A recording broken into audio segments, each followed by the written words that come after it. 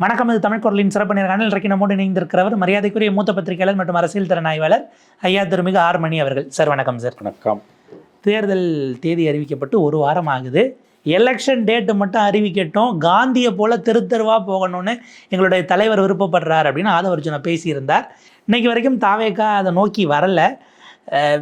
DMK ADMK அவங்க தரப்புகள் இங்கே seat sharing, அதில் இழுபறி, கோச்சிக்கிட்டு போகிறது, இந்த எல்லா விஷயங்களையும் பார்க்க முடிகிறது.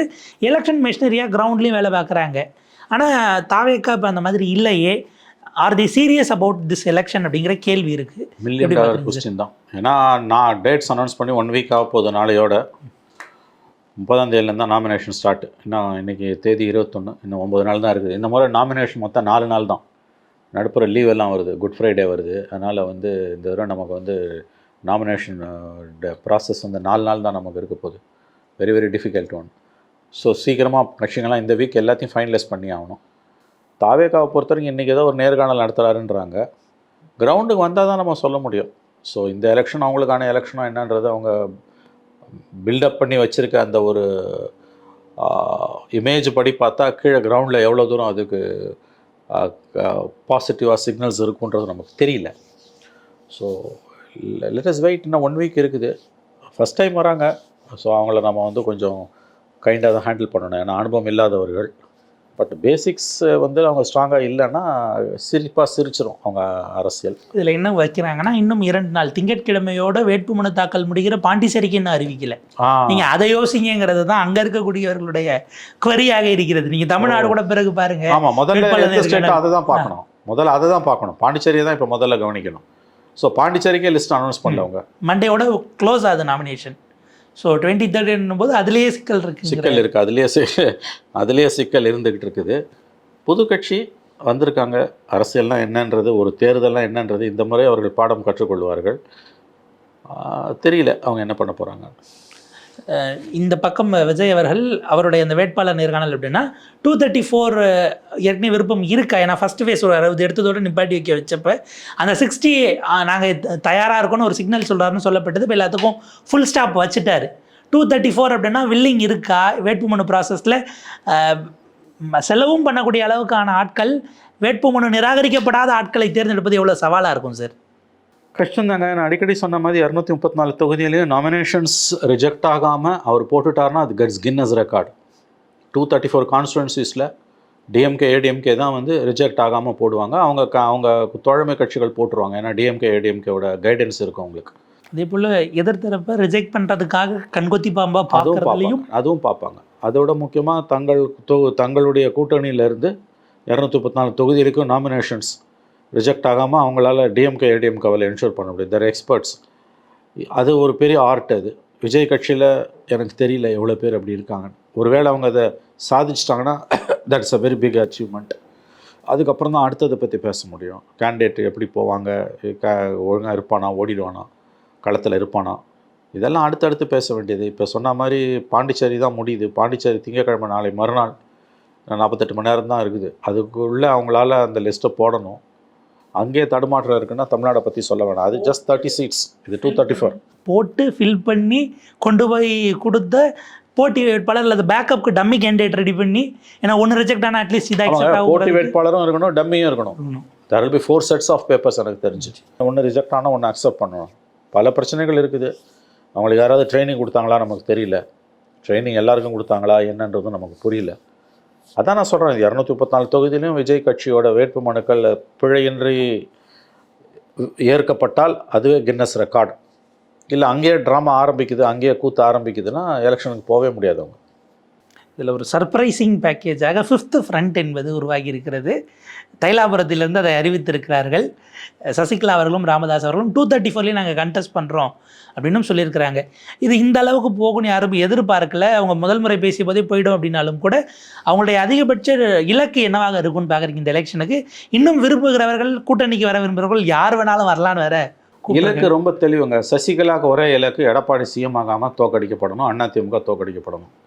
டாக்டர் ராமதாஸுக்கு ஒரே இலக்கு மகன், அன்பு மகன் தோக்கடிக்கப்படணும். அவன் நிற்கிற தொகுதி அவர் 18 20 அத்தனை தொகுதியிலையும் அன்புமணி தோக்கணும். இது ஒன்று தான் 2 பேருக்கும் இலக்கு. வேறு ஒரு இலக்கும் கிடையாது. ஜெயிப்போம், அப்படின்றதெல்லாம் 2 பேருக்கும் கிடையாது. ஒரு சீட்டு கூட அந்த கூட்டணி ஜெயிக்க போகிறது கிடையாது. சசிகலா ராமதாஸ் கூட்டணி ஒரு சீட்டு கூட ஜெயிக்காது. இது என்னையும் உங்களை விட சசிகலா ராமதாஸுக்கும் ரொம்ப நல்லா தெரியும். They are very experienced. அப்படின்னா என்ன இலக்கு? சசிகலா ஒரே ஒரு இலக்கு, எடப்பாடி தோற்று அதிமுக தோற்று எடப்பாடி சிஎம் ஆகாமல் போயிடணும், அதிமுக தோக்கடிக்கப்படணும். அதுதான் வந்து ஜெயலலிதா சசிகலாவுக்கு ஒரே இலக்கு. டாக்டர் ராமதாஸுக்கு ஒரே இலக்கு, மகன் பாமக நிற்கிற 18 20 தொகுதியிலையும் 20லையும் அவங்க மண்ணை கவனம், மருமக போட்டி போட்டால் அவங்க தோக்கணும். ஏன்னா வந்து ராஜ்யசபா போயிட்டார். அன்பு மருமகள் தோற்பதை தன் கண்ணால் பார்க்க வேண்டும் என்று ராமதாஸ் விரும்புகிறார். எத்தனையோ ஜனநாயக அற்புதங்கள் நடந்தது, அதில் இப்போ ஒன்று நடந்துகிட்டு இருக்குது, அவ்வளோதான். இதில் பார்த்தீங்கன்னா லெட்டர் ஹெட் கூட இல்லை, A4 ஷீட்டில் நேம மேலே போட்டுட்டு 2 கட்சியினுடைய கொடிகளை வச்சு தான் நேற்றைக்கு அந்த சைன். அது சசிகலா அவர்கள் ராமதாஸுக்கோடு அவங்க ஃபர்ஸ்ட் பேரை போட்டு இவங்களுக்கு கொடுப்பதாக போகிறது அந்த ஈக்குவேஷன்ஸ்னாலும். யார் பேர் ஃபர்ஸ்ட் இருக்குது? சசிகலா அவருடைய கட்சி, ஏன்னா அதுதான் கட்சி. இவருக்கு பாட்டாளி மக்கள் கட்சினே அவங்க அதில் சைட் பண்ணுறாங்க. ஓகே, சிக்னேட்டரி இவர் ராமதாஸாக இருக்கிறார். இந்த பக்கம் பாமக கொடியை போட்டு அந்த லெட்டர் ஹெட் கூட இல்லை, அது A4 ஷீட்டில் எழுதி 2 கொடியை போட்டு தான் அவங்க அதை ரெடி பண்ணுறாங்க. அங்கே போயிட்டு தான் அவசரமாக ரெடி பண்ணியிருக்கிறாங்க. இப்போ என்ன கேள்வி வருதுன்னா, இவருடைய நோக்கம் பாமக அன்புமணி தரப்பையும், அவருடைய நோக்கம் எடப்பாடி அவர்களை தோற்கடிப்பதாக இருந்தாலும் ஒட்டுமொத்தமாக என்டிஏ கூட்டணியினுடைய வெற்றியை தோற்கடிப்பது, காலி செய்கிறதுங்கிறதா உங்களுடைய அடிப்படை இலக்காக பார்க்க வேண்டியிருக்கு ஆன் ஹோல். ஆமாம். அப்போ பாஜக அதுக்கு ரியாக்ட் பண்ண வேண்டிய இடம் வரும் இல்லையா? அப்போ அவங்க பாஜகவுக்கு இந்த எலெக்ஷனில் என்டிஏ ஜெயிக்கிறதுல பெரிய அக்கறையே கிடையாது. திமுக ஜெயிச்சுட்டு போட்டுன்ற முடிவுக்கு பாஜக வந்துடுச்சு. நான் சொல்கிறேங்க, எலெக்ஷன் டேட் அனௌன்ஸ் பண்ணி 1 வீக் ஆக போகுது, ஒரு அதிகாரியை கூட மாற்றலை. வெஸ்ட் பெங்காலில் வந்து டாப் டு பாட்டம் மாற்றிட்டான். சீஃப் செக்ரட்டரி மாற்றிட்டான், ஹோம் செக்ரட்டரி மாற்றிட்டான், டிஜிபி மாற்றிட்டான், ஏடிஜி மாற்றிட்டான், கமிஷனர் ஆஃப் கல்கட்டா போலீஸ் மாற்றிட்டான். இன்ஃபேக்ட் அங்கெல்லாம் வந்து மெஜிஸ்ட்ரேட்ஸை மாற்றிருக்காங்க. அங்கெல்லாம் மெஜிஸ்ட்ரேட்ஸ்க்கு பவர் அதிகம், தமிழ்நாட்டில் அது கிடையாது. மெஜிஸ்ட்ரேட்ஸை டிஜிஎம்ஸை மாற்றிருக்காங்க, டிஸ்ட்ரிக்ட் மெஜிஸ்ட்ரேட்ஸை மாற்றிருக்காங்க. தமிழ்நாட்டில் ஒரு வாரம் ஆக போகுது, திமுக கவர்மெண்ட்டுக்கு எதிராக நாங்கள் தான் நிற்கிறோன்னு அவ்வளோ மார்த்தட்டுற என்டிஏ, இது என்டிஏக்கும் தமிழ்நாட்டுக்குமான போர்னு வார்த்தைக்கு வார்த்தை சொல்கிறாரு. ஆனால் ஸ்டாலினை கிட் கிளவாக ரொம்ப சாஃப்டாக தான் பிஜேபி கவர்மெண்ட் டீல் பண்ணுது. ஏன்னா election commission is BJP's control. ஒரு அதிகாரியை கூட மாற்றலை. ஆனான பேச்சு பேசுனாங்க, அவரை மாற்றுறாங்க, கமிஷனரை மாற்றுறாங்க, கமிஷனர் அருணை மாற்றுறாங்க, டேவிட்சனை மாற்றுறாங்க, புது டிஜிபி போட்டுருவாங்க, புது டிஜிபி போட்டுருவாங்க, பாலமாகதேவி அந்த அம்மா புது டிஜிபி இன்டெலிஜென்ஸ் அந்த அம்மாவை மாற்றுறாங்க, செந்தில் வேலனை மாற்றுறாங்க, சீஃப் செக்ரட்டரியை மாற்றுறானுங்க, 9 கலெக்டரை மாற்றுறானுங்க, இல்லாத பொல்லாத செக்ரட்டரி மாற்ற போகிறாங்க, எல்லா பேச்சும் பேசுனாங்க. ஒருத்தரை கூட தொடலை. தமிழ்நாடு பிஜேபியோட ரேடாரில் இல்லை. உண்மையிலேயே ஸ்டாலினை ஜெயிக்கக்கூடாதுன்னு திமுக பிஜேபி கவர்மெண்ட் நினைக்குதுன்னா எலெக்ஷன் கமிஷன் அவங்க கண்ட்ரோலில் இருக்குது. இந்நேரம் அட்லீஸ்ட் நான் பேசினதில் ஒரு 4 அதிகாரியை மாற்றிருக்கணும். ஒரு அதிகாரியை கூட அவங்க மாற்றலைங்க. ஒரு அதிகாரியை கூட அவர்கள் மாற்றவில்லை என்பது வந்து எந்த அளவுக்கு வந்து உங்களுக்கு வந்து அரசு எலெக்ஷன் கமிஷன் ஆஃப் இந்தியா வந்து உங்களுக்கு வந்து இந்த விஷயத்தில் வந்து டபுள் ஸ்டாண்டர்ட்ஸில் இருக்குது. குறிப்பாக பிஜேபி இந்த எலெக்ஷனில் திமுகவை தோற்கடித்து என்டிஏ ஆட்சிக்கு வர வேண்டும், எடப்பாடி சிஎம் ஆக வேண்டும் என்பதில் பிஜேபிக்கு பெரிய அளவில், சொல்லக்கூடிய அளவில் எந்த விதமான ஆர்வமும் இல்லை என்பதற்கு என்னால் உதாரணங்களை அடுக்கிக் கொண்டே போக முடியும். அதில் மிக முக்கியமான ஒரு உதாரணம், 1 வார காலம் ஆகிறது தேர்தல் தேதிகள் அறிவிக்கப்பட்டு ஒரு அதிகாரியை கூட மாற்றவில்லை. நாட்டில் ஏதோ ஒரு அண்ணாமலை ஒரு கம்பெனி 4 எஸ்பி மாத்தினாங்க, அவ்வளவுதான். அதை தாண்டி அது அந்த ஹைரார்க்கிங்கிறது வேற. ஹைரார்க்கி வேறங்க. எஸ்பி லெவல் ஆஃபீஸர்ஸ் ரொம்ப லோ லெவல் ஆஸ்பர், எஸ்பி டிஎஸ்பிலாம் ரொம்ப லோ லெவல். மெயின் வந்து நீ வந்து DGP, commissioner, IG intelligence, chief secretary இந்த லெவலில் மாற்றணும். அந்த பிரமிட்ல டாப்ல இருக்கிற லேயர் அப்படியே டாப்ல இருக்கிறவங்கள மாற்றணும். It's more than IAS IPS லாபியை ஷஃபிள் பண்ணியிருப்பாங்கன்னு பண்ணணும்னு எதிர்பார்த்தாங்க. வெஸ்ட் பெங்கால்ல பண்ணது அப்படியே ரெசிப்ரோகேட் பண்ணீங்கன்னா யூசுவலா வந்து நான் பண்ணணும்னு சொல்றதோட அர்த்தம் என்னன்னா from their point of view பண்ணுங்கன்னு நான் சொல்லலை. I am not saying that கமிஷனரோ டிஜியோ ஐஜி இன்டெலிஜென்ஸோ they must be shuffled, they must be shunted அவுட்னு நான் சொல்லலை. ஒரு பிரீஃப் பீரியட் இருந்தா அங்க ஒரு நல்ல ரேப்போ வந்திருக்கும். அதனால சொல்றேன். நான் சொல்றது வந்து ப்ரொசீஜர், லெவல் பிளேயிங் ஃபீல்டுக்காக ப்ரொசீஜர் என்ன நான் சொல்றேன். ஐ எம் நாட் சேயிங் டிஜியோ, கமிஷனரோ, ஐஜி இன்டெலிஜென்ஸோ, சீஃப் செக்ரட்டரியோ மாற்றணும்லாம் நான் சொல்லலை. What I am saying is from BJP's point of view, எல்லாத்தையும் ஷஃபிள் பண்ணா if they want a level playing field, they should have shunted it. அவங்க வெஸ்ட் பெங்காலுக்கு ஒரு யார்ட் ஸ்டிக்கும் தமிழ்நாடுக்கு ஒரு யார்ட் ஸ்டிக்கும் வரும்போது ஸ்டாலின் அவர்களே பிஜேபி கடந்த பல மாதங்களாகவே எந்த விதத்திலும் டிஸ்டர்ப் பண்ணவே இல்லை. அது பல சந்தேகங்களை கிளப்புகிறது. எனவே எலெக்ஷன்ஸுக்கு பிறகு எல்லாமே வந்து கிளாரிஃபை ஆகிடும். லிமிட்டட் ஸ்கோப்பில் பார்க்குறது வந்து டேட்ஸ் அனௌன்ஸ் பண்ணி 1 வீக் ஆகுது. Not a single top ranking officer was shunted out. So இதில் பார்க்கும்பொழுது வந்து இதுலேருந்து ஆரம்பிச்சா சீட் ஷேரிங்கில் ஒன்றும் அவங்களுக்கு பெரிய அக்கறை கிடையாது. புதுசாக அவங்க எதிர்பார்த்த மாதிரி கட்சிங்க வரல, விஜய் வரலன்றதே அவங்களுக்கு வந்து massive setback perception wise. 4 corners fight is definitely an advantage for DMK. அப்போ இதை கொஞ்சமாவது இதை எலெக்ஷனை வந்து லைவ்லியாக மாற்றணும், கண்டஸ்ட்டை டைட் பண்ணணும்னா பல விஷயங்கள் அவங்க செஞ்சுருக்கணும். எதையுமே அவங்க செய்யலை. சீட் ஷேரிங்கும் இன்னும் பிக்கப்பே ஆகலை, டேக் ஆஃபே ஆகலை.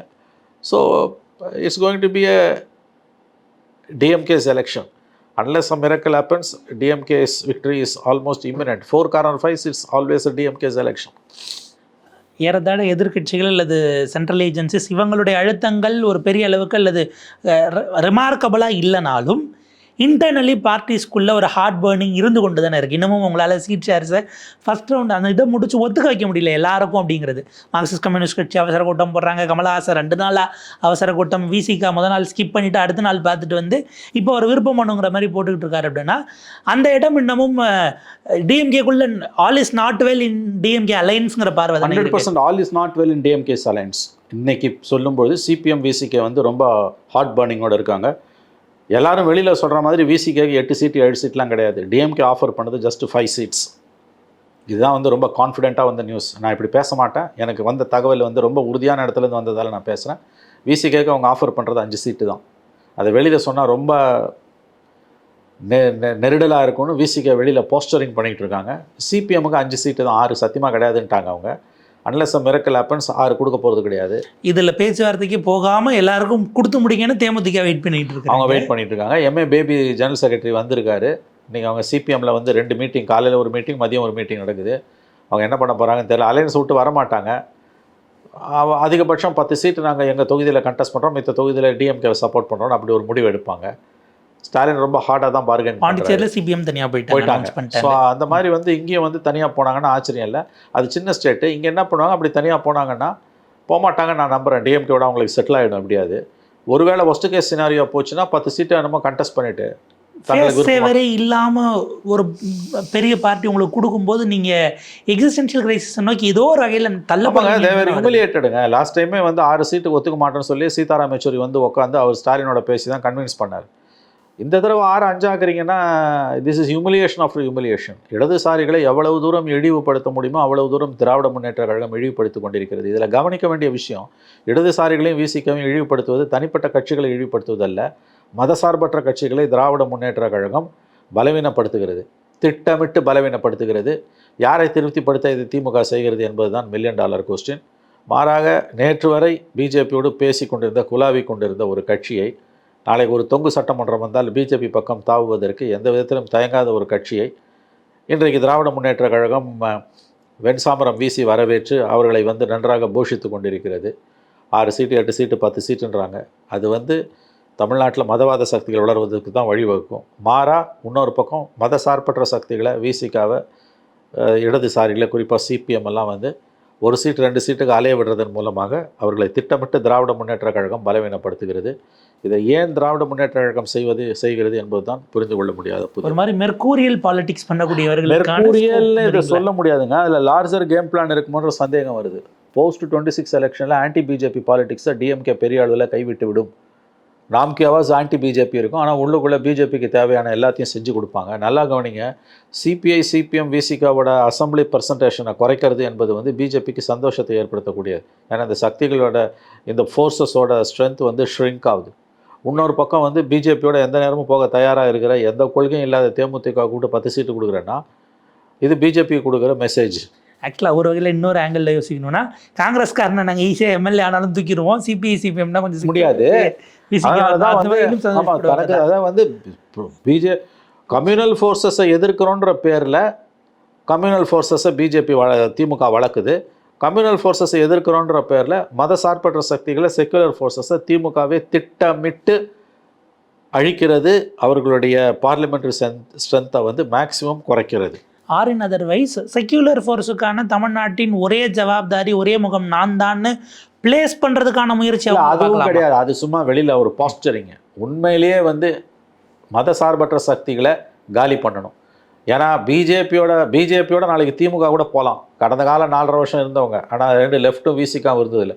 நாளைக்கே போஸ்ட் 26 அசம்பிளி எலெக்ஷனில் இந்த 21-26 மாதிரி ஆன்டி பிஜேபி டைரேடில் திமுக இருக்குன்னு சொல்ல முடியாது. நான் உறுதியாக நம்புகிறேன் கண்டிப்பாக 26ல் ஜெயிச்சு வந்தாங்கன்னா அவங்களுக்கு வாய்ப்பு அதிகம் ஜெயிக்குவதற்கு. Because 4 corner fight is always advantage for DMK. டெஃபினட்டாக அவங்க வந்து இந்த 5 வருஷம் இருந்த ஆன்டி பிஜேபி பாலிடிக்ஸு 26-31 இருக்க மாட்டாங்க, கணிசமான அளவு குறைச்சிப்பாங்க. ஆனால் வெளியில் பாஸ்டரிங் மட்டும் இருக்கும். பாசிச பாஜகன்னு ஒரு நாளைக்கு 300 தடவை திமுகவில் எவனாவது ஒருத்தன் எங்கேயாவது பேசினே கிடப்பான். ஆனால் பிஜேபியோட பல விஷயங்கள் இவங்க சமரசம் செய்வார்கள். சமரசன்றது நேரடியாக நீங்கள் பார்க்கணுன்னு அவசியம் இல்லை. இங்கே ஆன்டி பிஜேபி ஃபோர்ஸஸை திமுகவை விட 10 மடங்கு அதிகமாக மதவாத அரசியலை எதிர்க்கக்கூடிய லெஃப்டை டெசிமேட் பண்ணுறதுன்றது பிஜேபி கொடுக்கக்கூடிய ஒரு ஆலிவ் பிரான்ச். நீங்கள் சொல்லக்கூடிய இந்த காம்ப்ரமைஸ் அப்படிங்கிற அந்த பார்வை ஆன் கவர்னன்ஸா ஆன் பாலிசிஸா? அதாவது நல்ல கேள்வி இது. ஆன் பாலிசிஸில் ரொம்ப அதிகமாக ரிஃப்ளெக்ட் ஆகும். ஆன் பாலிசிஸில் வந்து இப்பயே ரிஃப்ளெக்ட் ஆகிருக்கு. அடுத்த 5 வருஷத்தில் வந்து மோடி கவர்மெண்ட்டோட அந்த பாலிசிஸை, அதானியோட இன்ட்ரெஸ்ட்டை நீங்கள் கற்பனை பண்ண முடியாத அளவுக்கு தமிழ்நாட்டுக்குள்ளே திராவிட முன்னேற்ற கழகம் ஒருவேளை வெற்றி பெற்றால் இங்கு எக்ஸ்பேண்ட் பண்ணும், அதை விரிவுபடுத்தும். அதெல்லாம் ரொம்ப பிரமாதமாக செய்வாங்க. ஆன் பாலிசிஸ், ஆன் கவர்னன்ஸும் என்ன ஒன்று ஓப்பனாக மைனாரிட்டிஸ் அடிக்கிறது அட்டாக் பண்ணுறது இருக்காது. அதை வேறு விதத்தில் சரப்ஷியஸாக செய்வாங்க. பிஜேபியுடைய கோர் பிஸ்னஸ் இன்ட்ரெஸ்ட், எக்கனாமிக் இன்ட்ரெஸ்ட்டை எவ்வளோ தூரம் என்ஹான்ஸ் பண்ண முடியுமோ என்ஹான்ஸ் பண்ணுவாங்க. பாலிசிஸில் வந்து இவங்க செக்யூலராக தான் இருப்பாங்க. ஆனால் செக்யூலராக இருக்க மற்ற பார்ட்டிஸை மேக்ஸிமம் வீக்கெண்ட் பண்ணுவாங்க. அது வந்து தான் மட்டும்தான் செக்யூலருக்கான ஒரே வாய்ஸ்ன்றதுக்காக கிடையாது, அது தவறான பார்வை. ஒரிஜினல் செக்யூலர் வாய்ஸஸாக இருக்கக்கூடிய சிபிஐ சிபிஎம்மை காலி பண்ணணும். நாளைக்கு பிஜேபியோட திமுக கூட போவுங்க, லெஃப்ட்டு போக மாட்டாங்க, விசிகா கூட போக மாட்டாங்க. இவங்க ஏற்கனவே 4.5 வருஷம் உள்ளே இருந்தவங்க, பிஜேபியோட கொலாவனவங்க. ஸோ இது லார்ஜர் கேம் பிளான். எல்லாரும் சிபிஐ சிபிஎம் விசிகாவுக்கு 1 சீட் 2 சீட்டை குறைச்சி அவங்கள அல்லாட விடுறத வந்து ஏதோ எல்லா தொகுதியிலையும் திமுக போட்டி போடணுன்றதுக்காக செய்துன்றாங்க. No, not like that. There is a deeper political motive in it, which is மதசார்பற்ற, உண்மையான மதசார்பற்ற சக்திகளை மேக்ஸிமம் வீக்கெண்ட் பண்ணணும். இதன் மூலம் பிஜேபி கிட்ட ஒரு ஆலிவ் பிரான்ச்சை கொடுக்கணும். It's sort of love letter to BJP. இது வந்து பிஜேபி கொடுக்கக்கூடிய ஒரு காதல் கடிதம் தான் இது. அப்படி தான் நான் இதை பார்க்குறேன். கம்யூனல் ஃபோர்ஸஸ் இன்றைக்கி இந்தியா பூரா தலைவிரிச்சு ஆடும்போது தமிழ்நாட்டில் ஒரு லைட் போஸ்ட்டை கேட்டால் கூட அது ஆன்டி பிஜேபின்னு இருக்கும். அப்படி இருக்கும்போது 3 தேர்தலில் உங்களோட பயணப்பட்ட இந்த 2-3 கட்சிகளை நீங்கள் வீக்கெண்ட் பண்ணி உங்ககிட்ட வரத்துக்கு முதல் நாள் வரைக்கும் பிஜேபியோட பேசிகிட்டு இருந்த தேமுதிக கூட்டின்னு வந்து நீங்கள் கொலாவுறீங்க, ஒரு ராஜ்யசபா சீட்டு கொடுக்குறீங்க. ராஜ்யசபா சீட்டுலாம் யாரை ஸ்ட்ரென்தன் பண்ண கொடுக்குறீங்க? மோடியை ஸ்ட்ரென்தன் பண்ண கொடுக்குறீங்க. நாளைக்கு ராஜ்யசபாவில் ஒரு குரூஷியல் ஓட்டிங் வருது. அஃப்கோர்ஸ் அவங்களுக்கு மெஜாரிட்டி இருக்குன்னு வச்சுக்கோங்க. ஒரு 2/3 மெஜாரிட்டி ஒரு ராஜ்யசபாவில் தேவைப்படுதுன்னு வச்சுக்கோங்க. ஈச் எம்பி வில் கவுண்ட்டுன்னு வச்சுக்கோங்க. அடுத்த 2 வருஷத்தில் வந்து இன்னும் குறையுது பிஜேபியோட ஒரு வாதத்துக்கு வச்சுக்கோங்க. அல்லது இப்பயே தேவைப்படுது 2/3 போது தேமுதிக பிஜேபிக்கு ஓட்டு போடுமா, இந்தியா பிளாக்கு ஓட்டு போடுமா? அது தேமுதிக பிஜேபிக்கு தான் ஓட்டு போடும். குழந்தைய கேட்டால் கூட தெரியும். எடுத்த எடுப்புலையே 0.4% இருக்க ஒரு கட்சிக்கு நீங்கள் ராஜ்யசபா சீட்டு கொடுக்குறீங்கன்னா நீங்கள் யாரை குஷிப்படுத்த கொடுக்குறீங்க? யாருக்கு கொடுக்குற ஆலிவ் பிரான்ச்? நீங்கள் மோடியை குஷிப்படுத்த கொடுக்குறீங்க, மோடிக்கான ஆலிவ் பிரான்ச் அது. 2 கம்யூனிஸ்ட்டும் சேர்ந்து 1.75% அவங்களுக்கு கொடுக்கல. விசிகாவுக்கு 1% அவங்களுக்கு கொடுக்கல.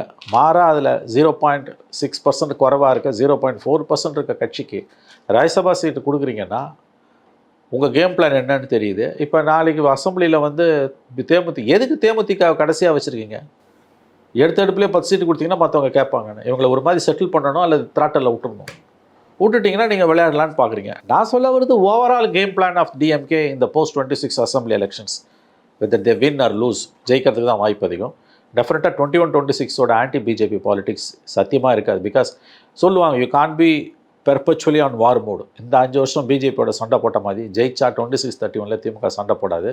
கவர்னன்ஸில் பாலிசிஸில் மட்டும் இல்லை, பொலிட்டிக்கலாகவும் பிஜேபிக்கு நிறைய இஷ்யூஸை அவங்க செஞ்சு கொடுப்பாங்க. அது வந்து பாலிசிஸ்லேயும் கவர்னன்ஸ்லேயும் ஓப்பனாக தெரியும். பொலிட்டிக்கலாக பிஜேபிக்கு திராவிட முன்னேற்ற கழகம் செய்ய போகிற உதவி என்பது கொஞ்சம் நுட்பமாக பார்த்தா தான் தெரியும். நான் வந்து இந்த லெஃப்டோட ப்ரெசன்ஸை, விசிகா ப்ரெசன்ஸை இவ்வளோ தூரம் ஷ்ரிங்க் பண்ணுறது, அவங்கள கர்டைல் பண்ணுறதுன்றத இது பிஜேபிக்கு டிஎம்கே கொடுக்கக்கூடிய ஒரு கிளியர் மெசேஜ், பாசிட்டிவ் மெசேஜ்.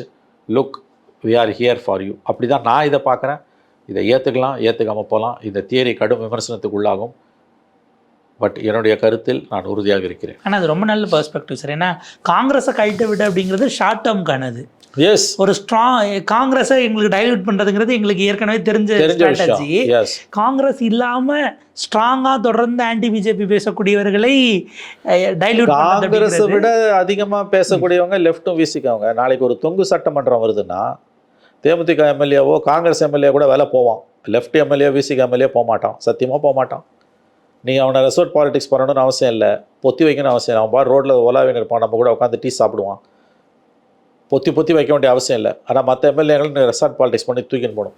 அந்த சக்திகளை திராவிட முன்னேற்ற கழகம் வீக்கெண்ட் பண்ணுதுன்னா நான் என்ன சொல்கிறேன், இது டீப்பர் பொலிட்டிக்கல் மீனிங் இருக்குது. இது பிஜேபிக்கு டிஎம்கே கொடுக்கக்கூடிய olive branch. As of 29 BJP retain பண்ணுவதற்கான வாய்ப்பு தான் இருக்கிறது என்னும் போது. ஆமாம், கரெக்டாக சொன்னீங்க. 29 பிஜேபி கவர்மெண்ட்டுக்கு தான் வாய்ப்பு அதிகம் போது காங்கிரஸ் சீன்.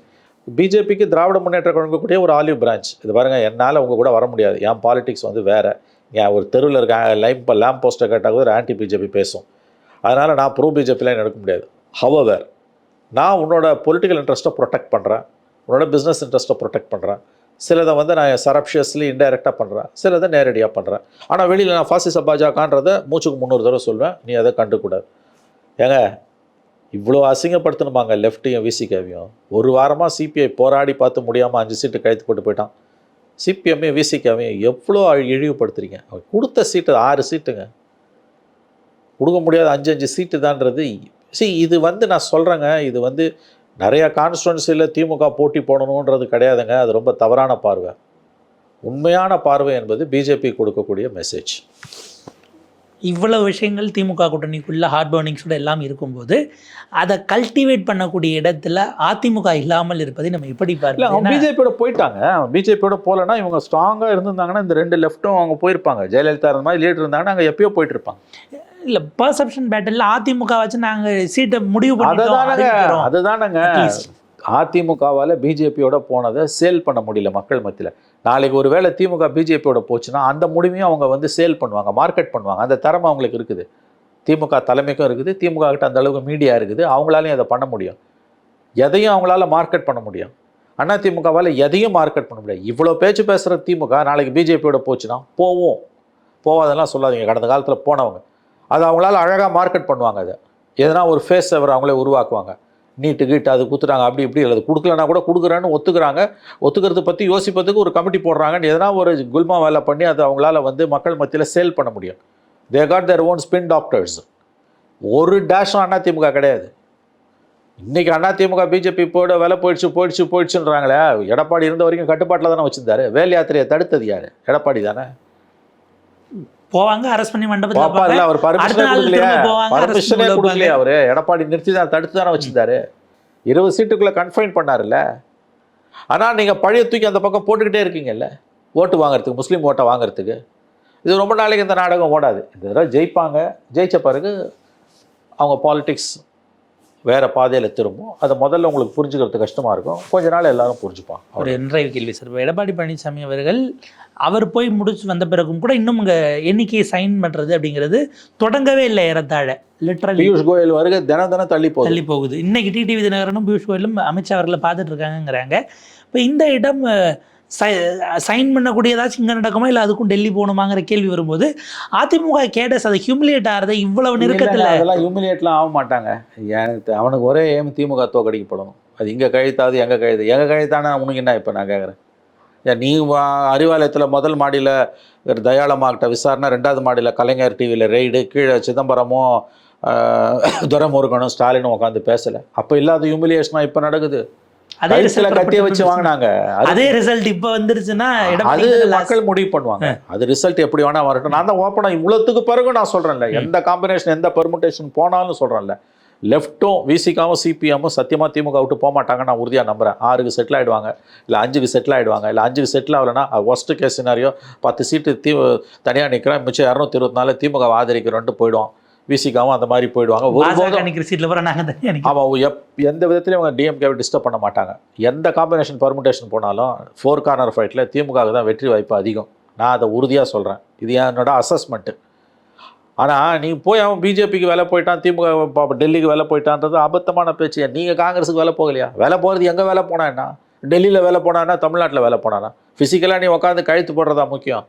நீ கட்சியை வித்தியா வைக்கல. 63 சீட்டை கொடுத்தீங்களேங்க. 119 தானே நீங்கள் நின்னீங்க. அன்றைக்கி வந்து இந்த ஜெயிச்சிருந்தா கொலிஷன் கவர்மெண்ட் தானே, கூட்டணி அரசாங்கத்துக்கு திமுக தயாராகிடுச்சுல. ஆகவே இது வந்து அவங்கவுங்க கட்சி பலவீனமாக இருக்குது, அவங்க இன்னைக்கு அனுபவிக்கிறாங்க. அவர் ஜெயலலிதா வெளியில் சொல்கிற அளவுக்கு அதிமுகவை பிஜேபிக்கு எடப்பாடி அடகு வைக்கல, அதுதான் நான் சொல்கிறேன். அது ஒரு பாயிண்ட் தான் நான் சொல்கிறது. அதாவது டில் பவருக்கு வந்த பிறகு அவருடைய டிரான்ஸ்ஃபர்மேஷன் வேற மாதிரி அது தன்னை காப்பாற்றிக்கிறது எவன் வேணா எங்கே வேணா போவாங்க. ஏன் திமுக போலியா? இந்த இடத்துல காரியம் முக்கியமா வீரியம் 4 வருஷம் பிஜேபியோட பவரில் இருந்த திராவிட முன்னேற்ற கழகம் இன்னொரு கட்சியை பார்த்து நீங்கள் பிஜேபியோட போயிடுங்க சொல்கிறதுக்கான ஏதாவது ஒரு அரசியல் ரீதியிலான உரிமையை பெற்றிருக்கிறதா? This is a basic question. உடனே வந்து அது காமன் மினிமம் ப்ரோக்ராம் அப்படி இப்படின்னு கதை அழைப்பீங்க. ஐயா, காமன் மினிமம் ப்ரோக்ராம் இருந்தால் அந்த கவர்மெண்ட்டில் தான் குஜராத் இனப்படுகொலைகள் நடந்து 3000 முஸ்லீம் வெட்டி கொல்லப்பட்டான். மாநிலத்தின் சட்டம் ஒழுங்கு பிரச்சனை திரும்ப திரும்ப கருணாநிதி சொன்னார். மோடி ஆதரித்து அகமதாபாத்தில் என்டிஏ கன்வீனர் ஜார்ஜ் பெர்னாண்டஸ் தலைமையில் 2002 மார்ச் ஏப்ரலில் பெரிய ஊர்வலம் நடக்கும்போது ஊர்வலத்தில் முன்னால் பதாகை ஏந்தி போனது வைகோவும் எஸ்எஸ் பழனிமாணிக்கமும். இந்த வரலாறெல்லாம் மறைஞ்சிட்டு நீங்கள் வந்து இன்றைக்கி எடப்பாடி பிஜேபி கிட்ட அடகு வச்சுட்டாருனீங்கன்னா இதை கவுண்டர் பண்ணுறதுக்கு ஏடிஎம்கேல ஆள் இல்லை, உங்கள் வண்டி ஓடுது, அவ்வளோதான். பாவம் சார், 5 முனை போட்டியாக வந்திருக்கிறது. என்ன மாதிரி அவங்களுடைய ஸ்ட்ராட்டஜிஸ் அவங்க டிவைஸ் பண்ணுறாங்க, மக்கள் அதை என்ன மாதிரி மதிப்பிடுறாங்கிறத நம்ம பொறுத்திருந்து பார்ப்போம். உங்கள் நேரத்துக்கு கருத்துக்களுக்கு மிக நன்றி சார்.